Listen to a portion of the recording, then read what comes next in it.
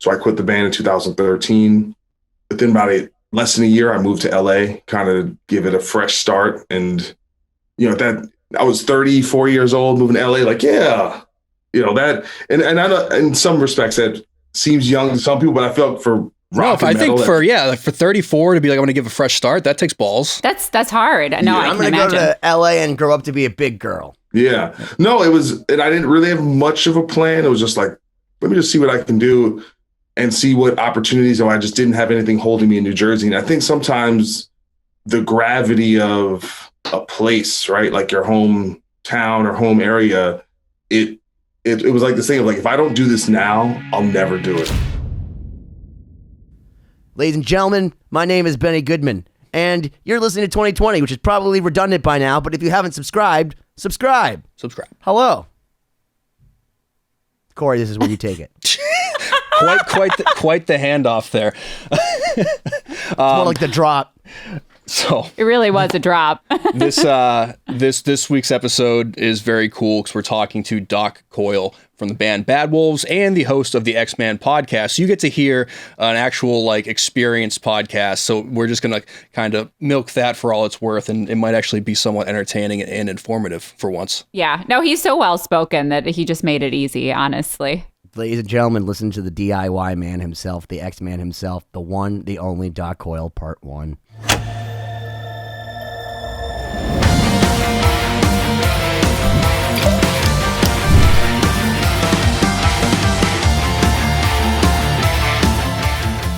Hello, welcome to another episode of 2020. My name is Cory Peza. I'm here as always with my cohorts in crime, Siobhán Cronin. Hey. And Benny Goodman. Hello there, Cory. How are you doing this week? Doing very, very well. Fantastic.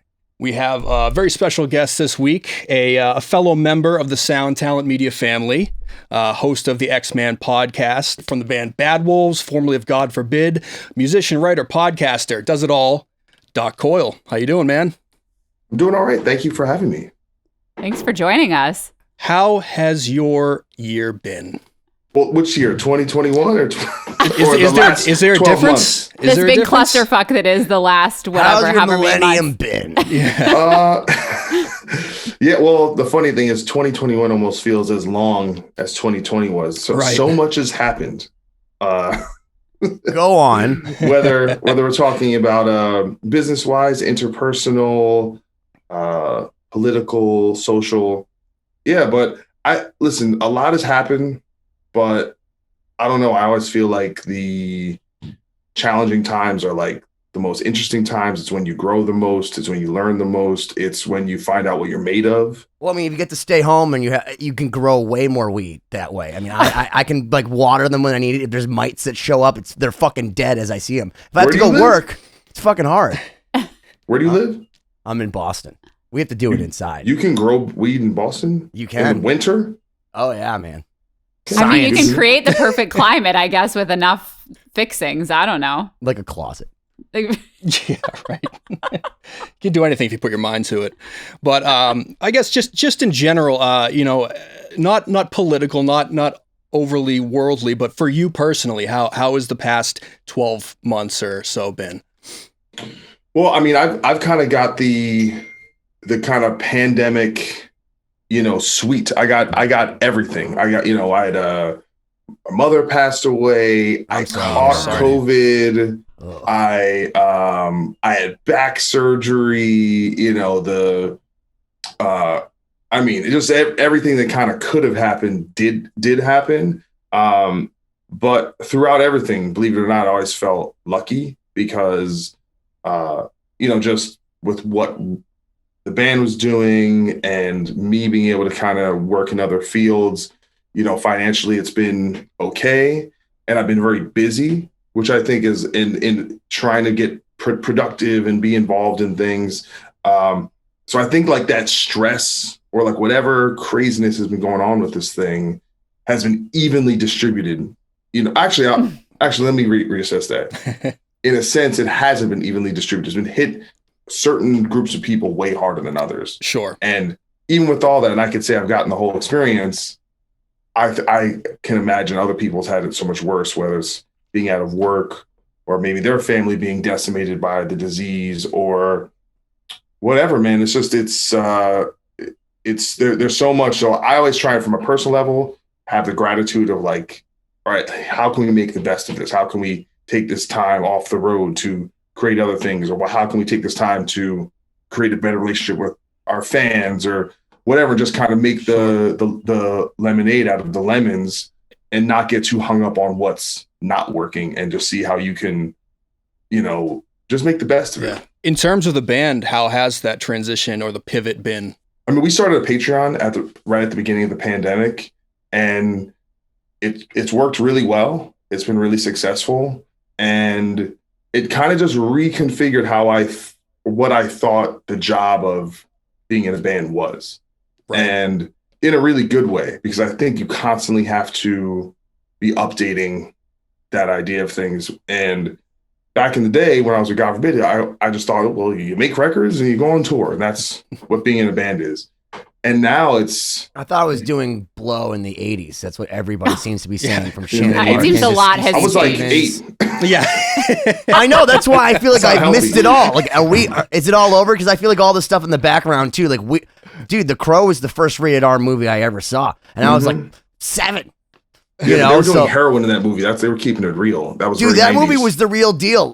Like, we snuck in with some like older guys. Like, oh, that's fine. We're like, 10-year-olds. What is it, 94 or something? I was probably like 11. Oh my God. Wait, and I just remember sitting there going, "This is a movie with an older guy." Is that... No, I'm just saying, like, back in the day, they would stop you so you could go in with a random person and be like, "Hey, man, I'm like 4. Can I go see that like rated R film?" And it's like some weirdo would be like smoking a Pall Mall and be like, "Sure, dude." And you'd go see The Crow and see a bunch of boobs and heroin use. I missed out on that in my childhood. I don't think there are boobs in The Crow, but okay. Yeah, there's like one scene, and then there's obviously a bunch of fucking craziness. But that movie's insane. Actually, in fact, I was wearing this to be inspiring for you because I'm wondering when like the Doc decides that he wants to be the band. So you don't have to be the X-Man. Unless you like kick yourself out. You know what I mean? But like 9 Inch Nails, that soundtrack to The Crow also was like my childhood. It's funny you bring that up because I just recorded a cover song where I basically did everything except the bass guitar. Like I sang on it and then did everything. Why would you lower yourself to that level? Oh my God. No, but it's pun intended. But it's a thing, like you don't really do certain things that you're like, I don't. You kind of put your own these restrictions on yourself about what you think you can do. So it's kind of like, oh, maybe I could do something like that. It was a nice kind of crossing the Rubicon in a good way. So you never know. But I even have a name for the Doc Coyle solo project, but I'm not going to give it away right now. You're not going to draw. You're going to like tease us with it. No, because then someone might. I don't have it trademarked. Maybe someone will steal it between now and the time I put it out. Yeah, Spoken like a true business person. That's the smartest response ever. It's not like fuck you. I have my own show. I can drop it there. It's like, dude, trademarks. Yeah. Checkmate. Queen's Gambit. Oh my gosh. Well, before we get too carried away in the deep end, Doc, maybe for some of the people that don't know about you, as we have listeners, I'm sure, from all different backgrounds, different style of music tastes. Can you maybe give us, me, I mean, I come from a completely different world, even though I play in a rock band, so a lot of the guests we have, I'm learning about them for the first time. Maybe you could take us back, give us an introduction to how you got into music, where you grew up, how you ended up in Bad Wolves, kind of some of the different projects you went through along the way. Well, I guess I could make a long story short, but I got my start with a band called God Forbid in New Jersey. It was with my brother.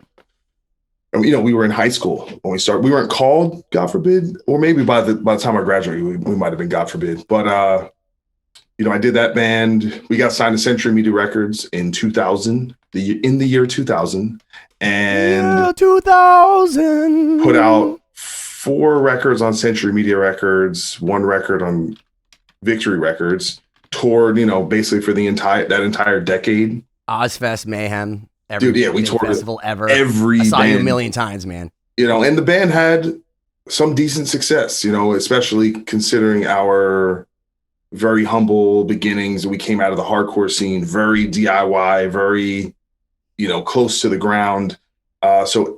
And never had really great aspirations until things started happening. I was like, oh, you can do this. So you all of a sudden were on tour with Slipknot and you're like, wait a second, this is the apex of what you can even do. And it was kind of crazy to just be close to, while never thinking you could even make a living, that you could actually be on that course to be a really successful band. But the band kind of peaked. You know, we made mistakes along the way, and you know, I just learned a lot. And eventually, I kind of saw that the band wasn't, you know, gonna do it for me, and it wasn't working for me at a certain point. So I quit the band in 2013. Within about less than a year, I moved to LA, kind of give it a fresh start. And, you know, that I was 34 years old, moving to LA, like, yeah, you know, that, and I know in some respects that seems young to some people, but I felt for rock and metal, for 34 to be like, I'm going to give a fresh start, that takes balls. That's hard. No, Yeah. I'm going to go to LA and grow up to be a big girl. Yeah. No, it was, and I didn't really have much of a plan. It was just like, let me just see what I can do and see what opportunities. I just didn't have anything holding me in New Jersey. And I think sometimes the gravity of a place, right, like your hometown or home area, it was like this thing of like, if I don't do this now, I'll never do it. I'll just be stuck, man. Just the things kind of hold you to place. So it was just like, let me just try something bold. And it was really tough. I was broke as hell, struggling. You know, my car broke down. Driving across country, I had to abandon my car in Denver. Holy shit! Oh my god! And I was like, what kind of like car before was you it? even got there. So your car's already broken down before you arrived. Jetta. Okay. The transmission was fixed. So I had all this bad luck, but I just put my nose to the grindstone. I never got a day job outside of like bartending on weekends and stuff. And I just went and started playing with any band I could play with. And you know, I ended up touring with this band. Maytal is like a female Israeli drummer, was like huge on YouTube, like with her original band. Went out with Queensryche, and then, you know, that took like a year and a half even being there. And then right after that gig kind of went by the wayside, John asked me to, you know, the guitar player who was in Bad Wolves, before it was called Bad Wolves, basically said he didn't really want to tour with the band, that he would just kind of like be behind the scenes, but they needed another guitar player. John was trying to get me to join the band since I first moved to LA, because he had just quit Devil Driver and was writing all this music. But at the time, it was like I was not really into playing super heavy metal. I had another band called Vegas Nerve, a little more like progressive rock band, and I just came out of metal band. I kind of went to explore the things. But so your mom was just like, I want to go to these shows with this band, so can you stop being so angry? Well, I don't want FSU kicking my mom's ass, bro, just to see you. Listen, my mother went to Ozfest and was loving some Slipknot. No, I'm messing with you, but I'm just saying that, like, I feel like I've gone from heavier bands where my mom was like, I feel ill, to like, this sounds very melodic. And I've listened to like, when you see God Forbid was a fucking heavy band. Like, you guys came out and you just punched people in the balls. But like, if you're not into metal, it's not the kind of song that they're like, hey, Siobhán, put on God Forbid when you wake up in the morning and do yoga. Like, it's just, you know what I mean? Whereas like some of the other stuff you did afterwards was, you're right, a lot more. I loved the more melodic elements to what you did, and you've become a songwriter for people as well too, haven't you? Yeah, I've written, I wrote a song for Body Counts, not last album, but the previous record. I wrote stuff for Jamie Josta for his solo band. I just wrote a track for Lejean Witherspoon from Seven Dust for his solo album. I get more requests than I can help out with because I've been so wrapped up with all the bullshit I'm dealing with. So I wish I could write more. But no, it honestly was just, I feel sometimes you get trapped by a sound. And with God Forbid, we were at the forefront of cultivating a style. Like, we were one of the trailblazers of that sound. And we felt the sound, the metalcore, new wave, American heavy metal sound, you call it, was getting stale. So we were constantly trying to like do different things. And kind of by the end, I felt like it was looking deep within, like, I don't know if we can take it anywhere else, at least at the time. Who knows, down the line. But I just felt like the metal world was very hard to innovate within that. So I wanted to try different things because I felt there was more space to try other things. But anyway, so I ended up just jamming with John and joining up with it. It was under a different name. Kyle, our bass player, wasn't in the band yet, and our guitar player Chris was touring as a tech. So it took like 5-6 months for us to kind of all get together and, finish the record and then things just kind of happened. It was like one thing after another. We ended up doing a video for a song called Learn to Live, and it kind of exploded. The funny thing is we shopped the record around a few labels and got turned down. Then the video came out and every label wanted to sign us like almost immediately. That's amazing. That's crazy. Yeah. But right around that time, Tommy was filling in for Five Finger Death Punch, and that, or he was kind of on the cusp of filling in for them. And that relationship with Zoltan ended up helping the band secure the record deal with Better Noise. At the time was called 11-7 Records, and also the management company. And he also ended up co-managing the band. That kind of ushered everything. And then the whole zombie kind of thing happened. And then it was like, after that, it was over. It was just like, just real quick. You said you went out to LA and, you didn't have really a plan other than you wanted to continue doing music. Did the connections you made, and God forbid, kind of help you grab some of those earlier gigs and that network that you were building, or did you have to start from scratch when you get out there? No, well, actually, I'll say this. So, I lived in New Jersey my whole life, and then I was doing a lot of stuff in New York, working in New York. And what's crazy was in LA, my reputation seemed to just matter so much more in LA. So no, I wasn't starting at ground zero. I felt like I came to LA and people respected me immediately. Nice. A lot of doors were open. I had a lot of friends out funny here. You say that. Just pause on that idea, because that's super important, because, being from the East Coast, when you're big in Boston, people are like, fuck you, who fucking cares, guy? You're the tallest midget, when you're in town. But when you go to LA, everybody is imported. So they're like, oh, you're the guy from Boston? You're the guy from Jersey?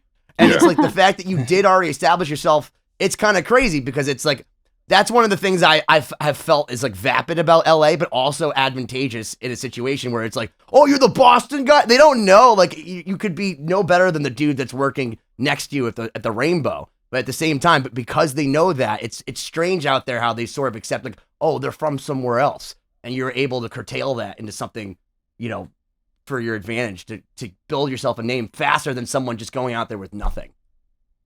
Yeah, and I also really hit the ground running in terms of networking. I was just out every night, and I had done lots of fill-in work. So I filled in for Lamb of God in 2009. I filled in for Unearth about a year before I moved to LA. I did a gig for Trivium. I did all kinds of stuff. I had this cover band I was doing. And so I was just constantly working. And sometimes sounds tiring, man. Yeah, but if you're in a band that made a name and then that band breaks up, there's a lot of people who kind of want to write you off as oh, you were this thing and you're this other thing. But I never let that get to me. I never was oh, just because that person doesn't believe I can do blank. I just didn't think that way. I always felt well, I'm here, I'm now. That was then, this is now. So it's all about, and I don't care. I was never too good to do any gig or play any venue. I was to me, being a musician is just a very blue collar thing. It's we play, that's what we do. And so I started doing this this thing called Ultimate Jam Night out in LA.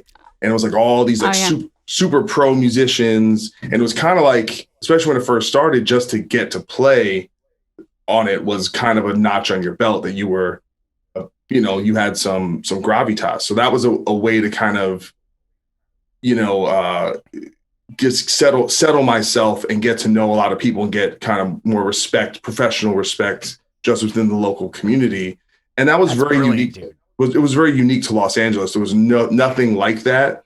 And I just had, I don't know, I just had a very workman idea about it. And I also was doing other things. I ended up getting the gig writing for VH1 around that time, which I really loved. And I was writing for another website called Creator. What's that? Writing articles? So I was the modern metal columnist for VH1 for a year, until they ended up kind of phasing out that the kind of whole hard rock part music of VH1. At what point did you get into actually writing and journalism in that sense? Well, I definitely don't consider myself a journalist. I consider myself to be someone who writes opinion editorials or essayist.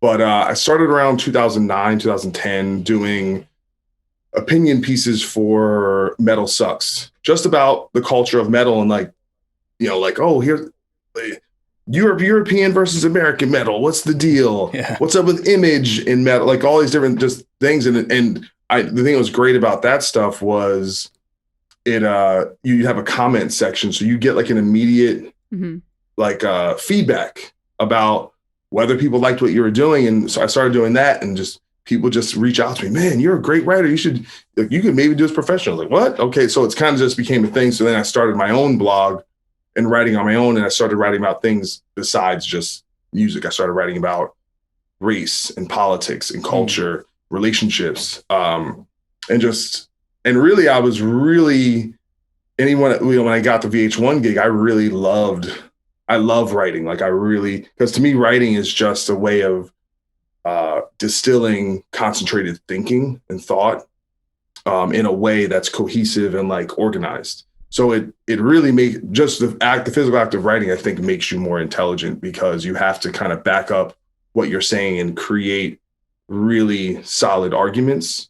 And so I really enjoyed that process. But unfortunately, I think writing from a professional standpoint has taken a backseat to video content, podcasting, and things like that. So in a lot of ways, the things way that would easier, man. You just yell at your camera. You don't have to know what an ellipsis is. Once you've said it, it's already syntax. There. Yeah. You can't go back. Nobody even understands syntax. There, your, it's.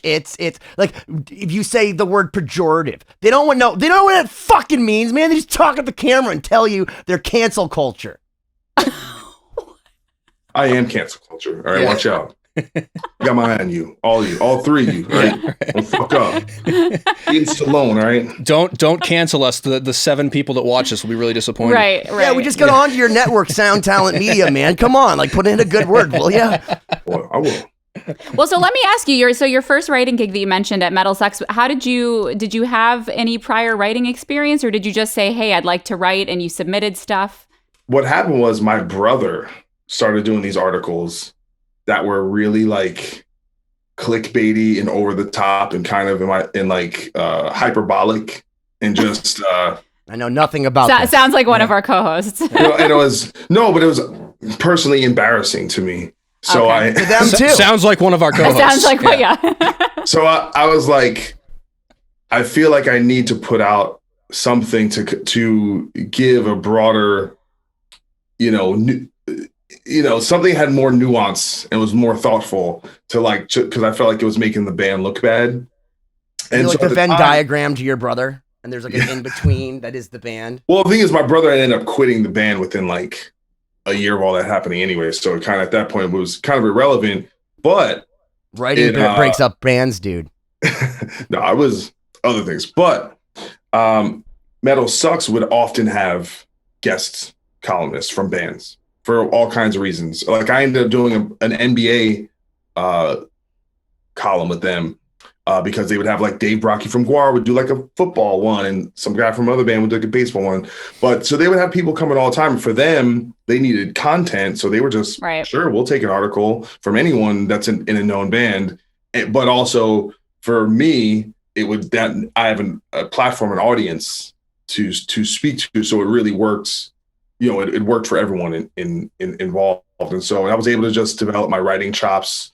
And it's like anything with me. I just feel like a lot of people, whether it's music or writing or whatever, they're just like, okay, when can I make money? When can I get paid? When can someone pay me? And it's like, don't worry about that. Just do the thing, work at it. Even with podcasting, I always felt like the big reason why I got into it was to develop broadcasting chops, learn how to interview, learn how to do monologues, learn how to read ads, learn how to set up if I'm playing a song, just to develop new skill sets, so that I feel like if you're just trying to make money or make a living off music, that's just a tough bargain, because there's only a handful of artists that are at that level, and even those artists have other businesses or other side hustles. So you have to kind of inoculate yourself from just struggling. And then I also think there's a tough thing where if you're trying to make money just off your band, you might make decisions for your band that compromise what you want to do because you're trying to make money.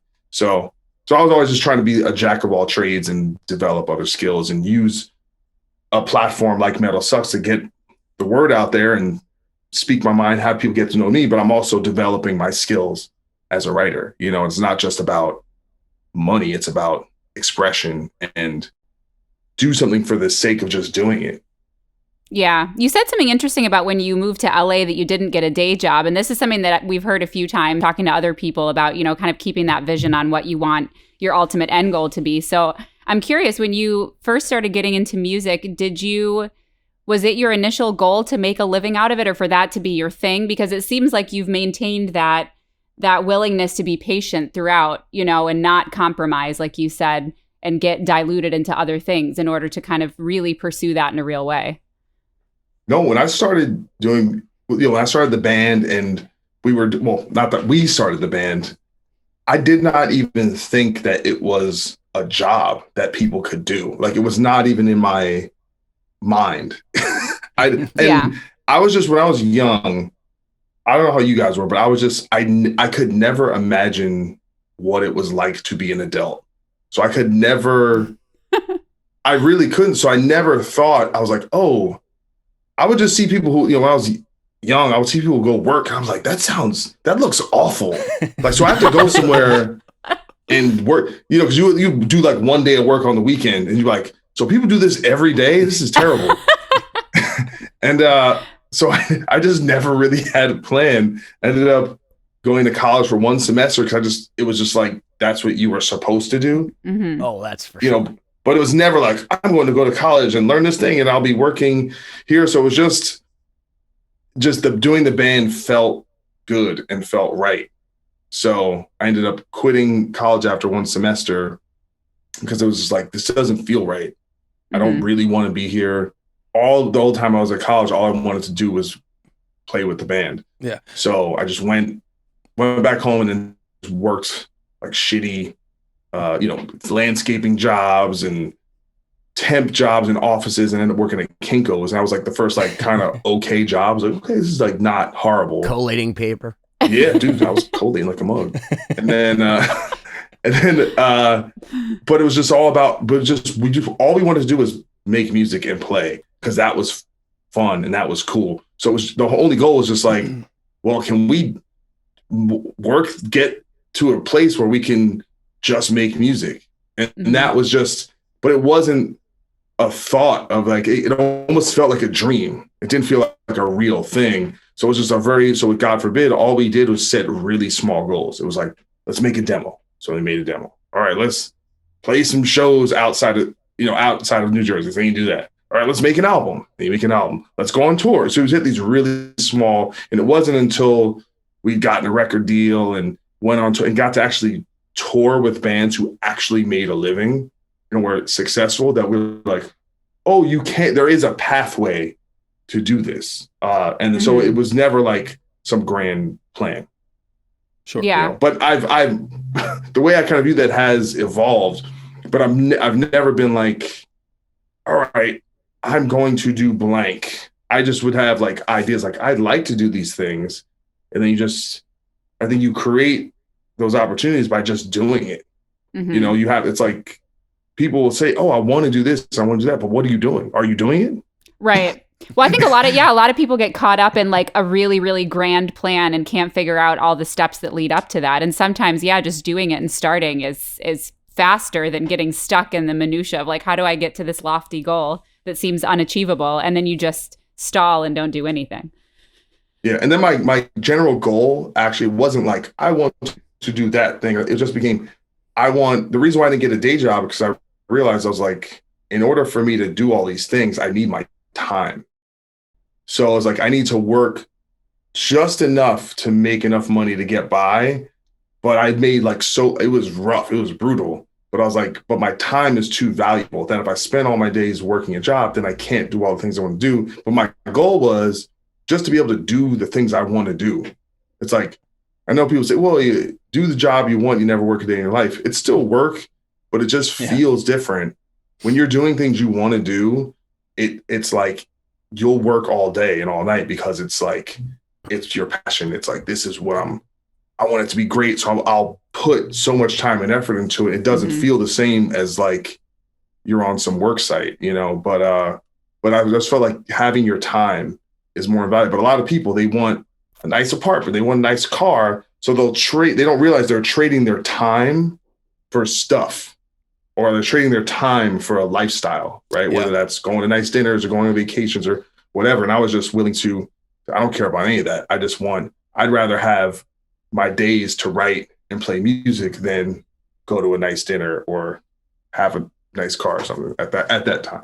Where do you think you got that perspective? Because I think a lot of people eventually figure that out, but it often happens really late. You know, like they'll have a midlife crisis and it's like, oh my gosh, I've created this life and it's not what I want. And it seems like you really got on that path early. So was there an experience? I mean, in a sense, it was a midlife crisis. I mean, if I'm 33, 34 and people only, you know, black men only live to be like 62, you know, you know. I like how you just donned that tone into your voice. That's right. That's just true. It's just real facts. But no, I mean, I basically had this thing around 30 where I was like, oh shit, I'm 30 years old and I ain't got no money and I'm broke, and I was homeless for a little bit. And I was like, and I did all this stuff, but I didn't really have a lot to show for it. And at the same time, living in New Jersey, it's like all your friends that around your same age were like, you know, having good jobs and buying houses and being married and getting kids. And I was like, and I felt inadequate for a certain amount of time. And then I kind of realized, I'm like, oh, the only reason I feel inadequate is because I'm comparing myself to other people. And I'm saying, oh, this is where I'm supposed to be. And I eventually just got out and I started hanging out in New York with people who are around my age or older who are just kind of living different lifestyles. And we're like, and I realized I was like, oh, okay, that's all like social pressure that people put on you, put on yourself. And once you kind of get rid of that, and then in LA, it's even crazier because people come here and it's like no one's worried about having kids, or no one's worried, like I moved to Miami around the same time, and it's a huge difference from the Midwest. Yeah, it's like different wavelength. And then you realize like, oh, okay, I can set my own standards. And so you realize, like, because I would have a lot of these friends where they all tend to get married and buy houses around a certain time, and then if you wait like 5 years, that's when they all start getting divorced. So what I've extrapolated from you is that to me, it sounds like prioritizing what's important to you and finding the quality in life versus necessarily following the linear path is become more important for you and has led you to your success. Because I agree, like one of the hardest things I tell people, you know, when you're trying to learn an instrument or even master anything is believing you can be good at it. So like you explaining how, like, you know, your band, and a lot of people have this like weird view that bands, just because you're on tour, just because they see you open for Slipknot or whatever, you must be rich, you must be famous, you must be, and it's like they don't realize you're fucking eating shit, you're literally fucking taking showers at a fucking venue, and that like everything sucks, and then you're doing this lucky. Because if you got a shower, you're kind of lucky, right? Exactly. Oh yeah. And it's pretty awesome to hear though, you talking about the quality of life and knowing that music is important, and then manifesting it, because that's what it really sounds like to me, is that you're putting your energy out there and you're seeing the fact that yes, there's a lot of linear paths. You mentioned it. Go to school, get out of school, find the girl, or you know, make the family and get that job with the degree that you have. And then in 5 years, you'll be divorced with lots of money you're paying to somebody else. And well, I just think people, they think this path is what's going to make them happy, but they don't really know until they do it. And they're like, I'm not happy. And then you kind of realize, okay, well, they don't really have it all figured out. They just followed a path that was normalized because their culture said, you're supposed to do this, you're supposed to do that. And at the end of the day, I can't tell you what makes you happy, or anybody, only you can know. And when you set your own path, guitars, there you go. I can see that. They make me happy. Yeah. But you know, and I'm a nonconformist at heart, but then when you kind of realize like, oh, I didn't do all those things, and I'm kind of glad I didn't, because they would have become anchors, right? And it made me think, like, people talk about this word freedom all the time. They're like, freedom, man, freedom ain't free. I'm talking about freedom. Like, what? How do you actually, if you're so free, how do you actually express that freedom? And to me, real freedom is having the freedom to like pick up and go. That's freedom. You know, what if you have a cat? No, I'm saying freedom is today you get up, you say, what do I want to do today? Whatever I feel like doing. That's freedom. People think freedom is like having a gun. Like, okay, you got a gun. How free are you really? I mean, what does that really mean? Well, I mean, but if you think about it in Cartesian thought, like, are you really free? Isn't everything predetermined? Aren't you really just following a path, like in Donnie Darko when he sees the things coming out of his stomach and he's just following everything because it's all predetermined. So really, unless you know what's going to happen, you can't break the chains of what you're supposed to do. So technically, even though you have this illusion of freedom, just like time being a construct, it's all in our imagination. You just lost all the listeners we had. No, my general point is, what is the point of freedom if we're not actually going to exercise our abilities to use it, right? No, absolutely. So, I hear what you mean. Yeah. So, no, but we don't realize that these choices we make that are like big life choices end up, you know, it's like it's a cliche at this time. It's that line from Fight Club: the things you own end up owning you. That stuff and you know, just slide, man.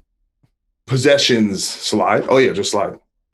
But possessions and to a sense, even, you know, I guess maybe it goes hand in hand with the idea of true individualism, which can also veer into like being selfish, right? Like, am I so focused on my individual happiness or all those things that am I like not dedicating myself to my family or not being available for a relationship or things like this? But it's something that it became to define a big piece of my identity, which was like. So where do you think the line between selfishness and egocentrism is? Because it sounds because there's a difference between being absorbed with what you're doing and being so passionate about it and having your own little bubble and keeping your head down and not going out to dinner when your friends are going out so you can stay home and write the riffs, and then also being a dick. Well, I mean, I think egocentrism is more at the heart of like the persona we utilize to kind of engage with the world. I think the ego is something that we all have an ego. I don't know all the iteration, the ego and the id and all that stuff, but it's basically our representative that goes out, and because we're insecure and we have fear, that person, the ego, has to go out and kind of be the security guard to like be the face of the operation and like pretend like, yeah, we're good. Yeah, man, everything's great. And, you know, and I that was me like in my 20s for a big portion. It was like, you know, where that individual who acts in very selfish ways and does things that maybe hurts other people or doesn't really think about the consequences of things gets you a lot of trouble. But I think the ego is very useful as a musician or a performer of any kind, because when you're really real with yourself, right? You know, you're like, I'm not a rock god. I'm not any better. I'm just a person who does things. But you kind of, to get up on stage and project that, you kind of need to like, hey, ego, go out there and kick ass for me. Piss excellence for you. Piss excellence for Doc. Exactly. So when you have a healthy relationship with your ego, you can kind of utilize it when it's there. But then sometimes, like I said, this is why touring makes you crazy, especially if you're in any kind of big band where you start believing your own bullshit that you're a space person. Like, what's that? Well, she's in Starset. I don't know if you've ever heard that band, but like we were on the road together. We toured together. Do you believe in it? Like, do you believe you're from space, Siobhán? Are we breaking some sort of trademark gag order? I mean, no one's pretending to you know, be actually in that universe. But I completely relate to what you're saying, because it is. I mean, at least for me, you know, I'm a very self-critical person at heart, you know, so it's hard for me to go out and project that it's like, yeah, I'm the best violinist in the world, because like my brain is like thinking of all these other people that are just as good, if not better, that might not have the same opportunities as me. So you really do have to find a way to manage that persona that you put on stage versus still staying humble enough with yourself, you know, to continue improving and, you know, not getting mixed up in that confusion. Yeah, I mean, it's something I think about all the time, because as I've gotten older, I feel like I keep getting more confident, but but that little thing, like I said, me singing this cover song the other day, like where I'm singing, there's that leading up to it. It's like, can you do this? Are you good enough? Should you be, and you just have to, and the more you train yourself, that voice gets a little quieter, but it shouldn't go away. It's important that that's there, right? There should be reasonable doubt, right? It's like, you get into that, like, what was that movie? The Other Guys, where like Sam Jackson and The Rock like jump off the thing because they're like so, you know what I'm saying? Like there's irrational confidence. Aim for the bushes. That's not really helpful. So we need that kind of like, all right, I need enough ego and enough kind of cockiness to be badass in a moment, or be like, do something that you didn't think you could do. But then you also need enough self-critical elements there to make you better. Because that's all we can get better, is to go like, oh, well, I need to work on this, and this, but I'm also sick and I deserve to be here. You know what I'm saying? So it's like that constant, like, okay, I'm great. I can hold it down. I believe in myself, but also don't get too cocky, and make sure and this is why it's important. You know, I'm not big enough to be one of these people, but you know, anyone we probably know that has like yes men around, or people that just, oh man, you great, no matter everything they do, you know, like the movie Pop Star or something. That is really toxic, you know, when people, and that's a reflection of their own insecurity of like, well, if someone comes around who tells them what they don't want to hear, then they'll get rid of them, and they'll only, you know, those people usually at some point, because we all need someone to tell us what's real. That's why I tell people, like, yo, your real friends are the ones that tell you about yourself in a negative way. It's like, yo, dude, you're fucking up. Right. So I was just gonna say, it's kind of almost an East Coast thing, because I don't know about Jersey specifically, but I know in Massachusetts, Boston specifically, like your closest friends will make you feel like shit at any opportunity possible, before your head gets too big. You know, they will remind you of who and what you are in a very hilarious way with lots of F-bombs. But it does kind of ingrain this self-awareness that I think can be very beneficial if you do get into that world where there's a lot of bullshit around you. Well, I was going to say, Doc, sorry. One of the things I really appreciate about that concept is, you know, I always liked, when I studied history in school, you know, Franklin Delano Roosevelt used to like to surround himself like a symposium of people that didn't agree with him. Like, he was famous for inviting people that literally were like, oh, you don't agree with me? Like, and having them come and explain. Of rivals. What is it called? Something right. And that's kind of, for me, like, that discourse is sometimes where you learn the best stuff. Because, and again, when you surround yourself with yes people, like, there's a difference between sending a song to someone and someone saying, dude, I really dig the chorus, but, you know, the drums could be a little bit beefier, and just being like, this fucking sucks, or this is so awesome. It's good to have constructive criticism, but also knowing the bounds. Like in Boston, again, I agree with Cory. Like, you're not good unless one of your friends comes up after the show and says, man, that fucking sucked. But the band before you sucked even more. I would say my father is a piano teacher, like professionally. The first show, God forbid, ever played, after the show, he goes, this is the first thing he says is, you were out of tune. Oh my God. That's it. And it's like, but that always stuck. Like, we were But then always, I bet the next show you weren't out of tune. Well, I don't know about that.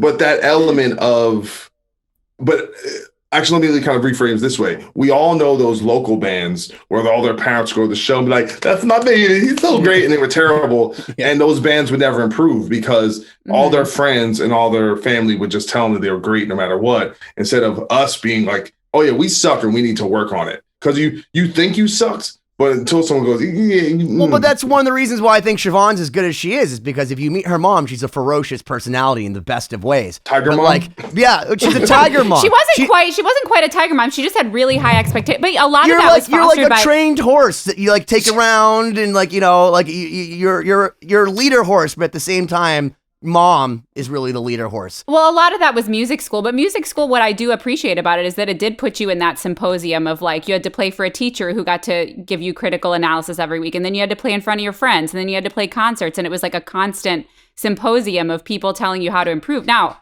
you can end up with toxic teachers, which in fact, I did have a pretty toxic teacher. Oh, yeah. That was just like, if it's not perfect, it's terrible. He is, yeah, but that's for other reasons besides his violin playing. He didn't flat the fourth that one time and it just fucked it all up. No, he flatted it too few too many young girls, but we'll save that for a different episode. Is that how they say it in England? But you totally derailed it. I was going to say something that was actually nice, and now I forgot. Anyway, that's what he does. The point is, it's good to have constructive criticism from people. I completely agree. That's how you improve. Well, yeah, if you get challenged, it forces you to defend what you're doing, and then if you defend it to yourself and you realize that what you're doing is wrong or not the best way of doing it, then you change it. But like you said, or you confabulate, like we said the last time, where your brain makes up a reason why that your lie is the real thing, and then you start believing it yourself with all the false information that your brain has created to make this. I'm going to take away your word a day calendar.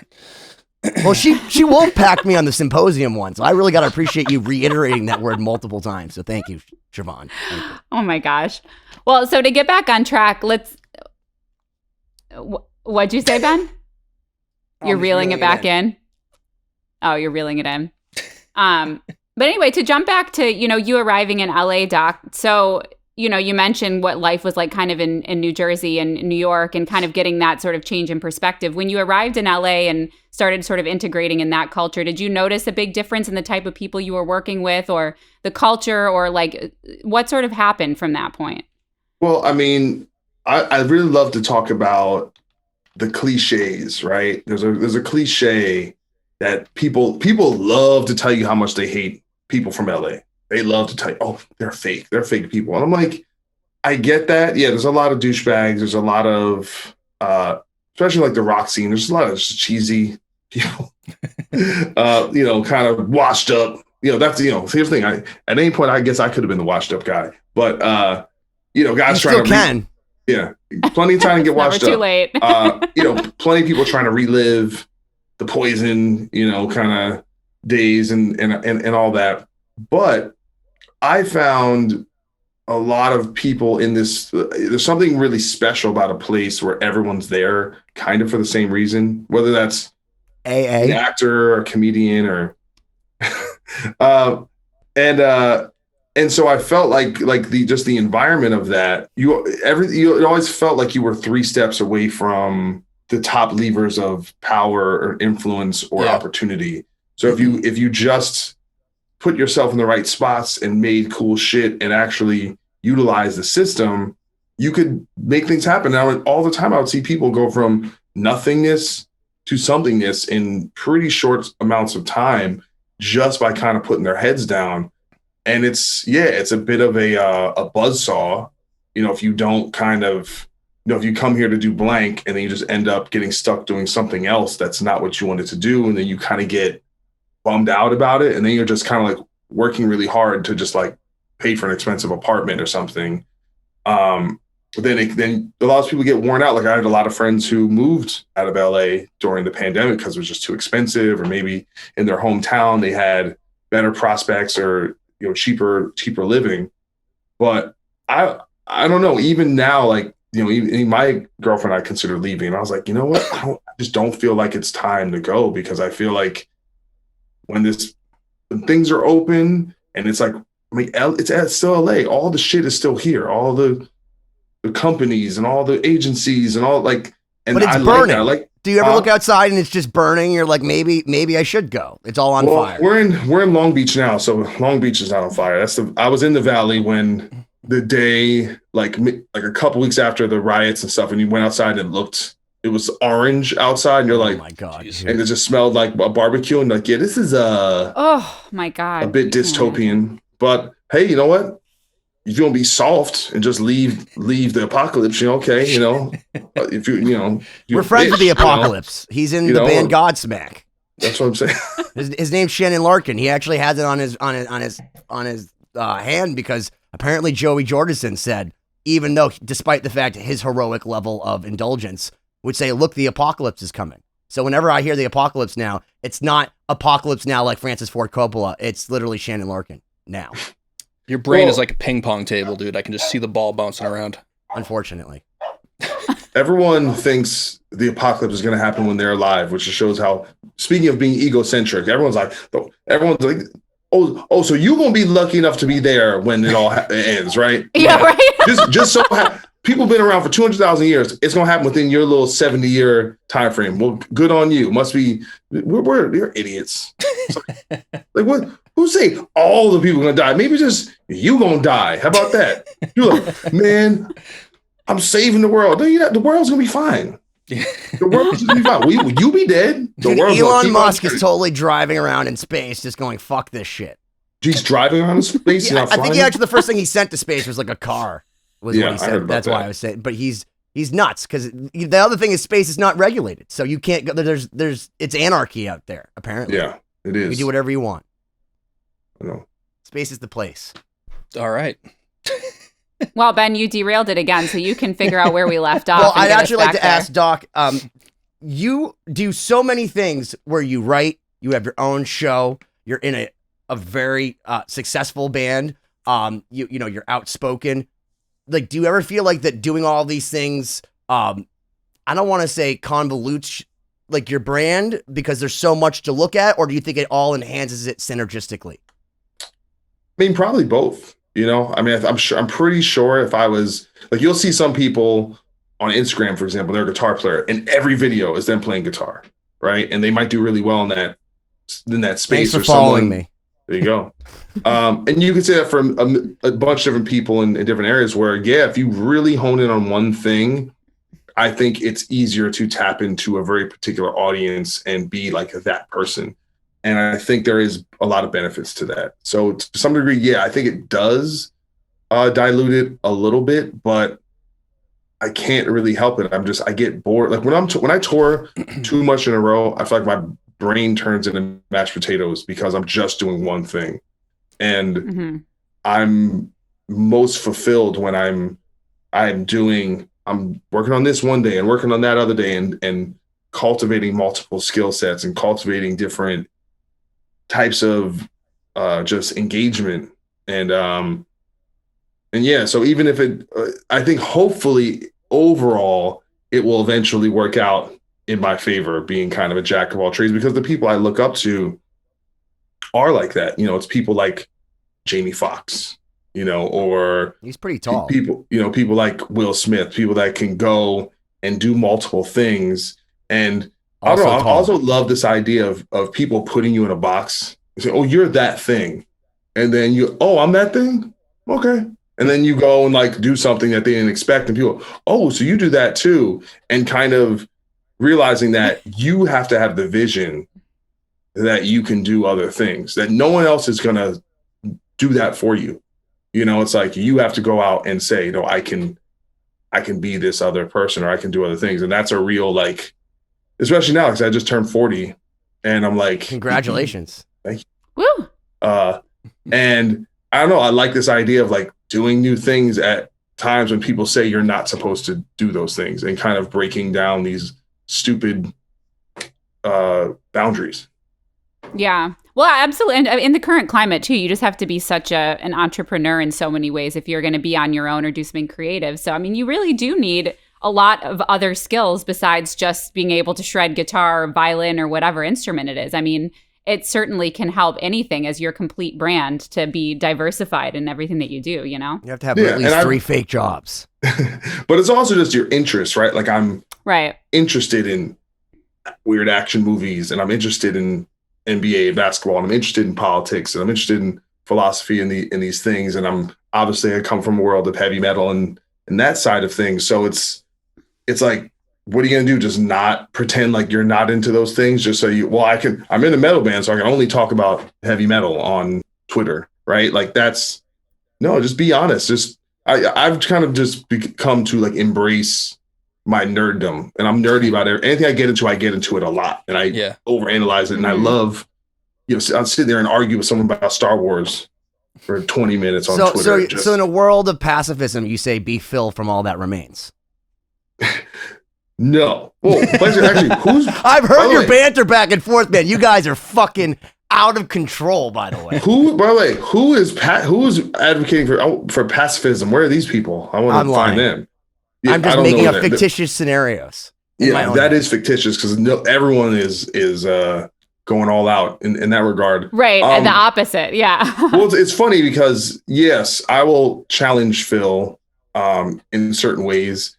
And, you know, we've talked about it. You know, a lot of that is, I feel like he is more hyperbolic than I am, and a little bit more like he'll say a thing where I'm like, do you even mean that? Are you just saying that because you know it's like the hard triggering everyone in the world? Well, just a very hard line thing. And I, you know, and like I said, because I'm his friend, I'm challenging him, right? Mm-hmm. I'm like, yo, Phil, just come on, bring that in a little bit. I'm trying to help you. Help me help you. Okay. You know, but the thing is, he's a smart guy, he's an informed guy. And I like having discussions with people that think differently than me, because maybe I'll learn something about the world or see a different perspective that wasn't obvious to me. And that's like a good faith approach to debate that I think is pretty rare. And I'm not trying to like break my arm and pat myself on the back, but I try and set an example. That's another, you know, thing about the engagement, especially on Twitter, is like, it's so easy to give into like our lowest instincts, you know? And so I always say, like, you know, to just be someone who comes off like a leader, someone is like setting an example, like, okay, well, I'm going to be polite and I'm going to be try and be somewhat honorable in these spaces, and set an example and not call people names or go out, you know what I'm saying? Or just like, because I just think it's the incentives in those environments is basically to say the craziest shit, because that's what gets the most clicks, the most retweets, the most whatever. And then once you become that person and you become essentially a provocateur, that is a job in and of itself. Right. Well, I was gonna say the Phil Doc debates, as I call them, are epic. Like, that's why it's 3 hours and 18 minutes. That was my introduction to watching your show. I was like, okay, Phil and Doc, and then I look at like the time, it's 198 minutes or something. I'm like, these motherfuckers. But then I watched all of it or listened, whatever the fuck it was. I was really high. I'll tell you that. But man, if you ever want to understand what the word dichotomy means, listen to YouTube, because it is really polite. I don't know what it is, but there has to be a show you guys can do together and work in Dr. Phil somehow. Like Dr. Phil. Oh, nice. There's something in there. And I'll give that. That's yours. You can take it and run with it. I like it. I like it. We're coming up. We got a few minutes left in this first hour with Doc. Is it all over yet? Is it just over? No, I Did you tell him to subscribe yet, Cory? I didn't. Did you? 2020-d.com, soundtalentmedia.com. And by the way, subscribe to the X-Man, which we're on with Doc. I mean, look, he should really tell you on his show to subscribe to us, because we're like the little guy. But if you do, like, Mom, subscribe to Doc's show. It's really good. All right. Yeah, I was just going to say that I think that the next episode, our next hour, part 2, we should just have Doc explain to us how to actually run a podcast, and then, you know, we might be able to take that advice and improve ourselves, and I think our listeners will definitely appreciate that. But we've done this exercise a bunch of times with John Garabedian, the famous DJ from the Open House Party, who was in 170 markets. We've done it with Paul Geary, you know, manager extraordinaire to the Hollywood Vampires, and you know, all kinds of crazy stuff. And every time they give us advice, Doc, we internalize it, we listen, we understand, we empathize, and then do none of it. Yes, you just completely throw it out the window. window. You're fundamentally unteachable. I think Cory and I might be okay. He's not coachable. No. There's any number of things he is not able to. He's set in his ways. But, so yeah, check out the X-Man podcast. Check out Bad Wolves and the Patreon. And what can people expect with that? Well, right now we're in this odd holding pattern. I don't know if we don't have a vocalist right now, so we've been like so he's the X-Man now. He's taking your branding. Oh yeah. Well, we'll get into that in the next episode. I did want to dive into that. Sorry, I didn't want to bring up anything, but people should still probably support you guys, right? Yes, please go over to the Bad Wolves Patreon. Mainly right now, it's a lot of like doing like live streams and kind of connecting with people that way. But we're in the midst of a lot of work behind the scenes. So, and with that, developing content for the Patreon page. But it's we're working on stuff. Yeah, stay tuned for updates on the Patreon page. Please do. But so we're definitely going to dive a bit deeper with Doc in the next episode. But right now, please check out 2020-d.com, subscribe, go to YouTube, do all the bell things that people are supposed to do and all that fun stuff. Click the buttons. Click all the buttons. And except the dislike button. Just the like. Except one. the dislike button. If you click the dislike button, make sure you do it twice. It just as an aside, I went and watched one of Doc's videos, and he has more dislikes on the videos than most of my videos have ever gotten completely in watches. And that's not because people dislike it. That's just because you have a crazy amount of views, which is depressing. When I go and look that you literally have more thumbs down on a view on a video than I have total views of my entire life because your band what, for a Bad Wolves video? Or? Yeah, you guys had 373 million views, 120,000 down, like a million gajillion ups. But I'm like, well, if you does have that haters, bother you you did that at that right. point there's 120,000 haters? Does that just mean you're doing something right? No, I mean, honestly, stuff like that, I feel like I'm just like a guy in the background. So, you know, I check had your name on it. No credit for it. Good. I like that. Anyways, as we were trying to do, this is the end of the show. Check out 2020.com. Doc, subscribe. We'll see you in the next episode. Bye. You know, because even as a local band, we took ourselves very seriously. So, like, you know, in the arenas back then, they used to have these platforms and stuff on stage, these metal, like, we would build them out of wood and put them in trucks and show up at the clubs and actually have, like, platforms and risers. That we just did it ourselves because to us, we were just, like, we were an arena band playing clubs. And we wanted to present ourselves that way. So that's what we did.